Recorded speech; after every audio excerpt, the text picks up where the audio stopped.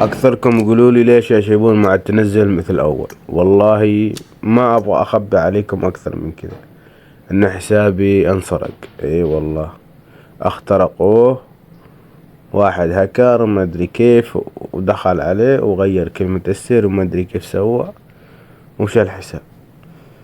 والله صدق ما ادري وش اقول لكم وش اخلي. بس المهم الله لا سامحه ولا غفر له اللي سرق الحساب.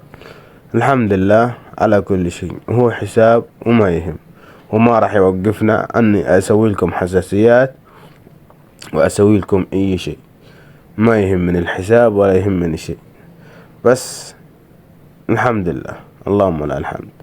ابشروا بالحساسيات وابشروا بالدعم، والله راح اسوي لكم حساسيات اقوى منه وافضل. واللعب هو مو بالسكنات ولا بالانفرات ولا بالاسلحة ولا بالسكنات، اهم شي عندي جوال اسطوري. وابشروا بالحساسية. كان اخوكم شيبون من اليمن، يلا سلام. واكيد هو شايفني الرجال الحين، فانا دعيت عليك دعوة قسما بالله الحين انا تعبان. اي والله حلقي وجع وحمى وحرارة.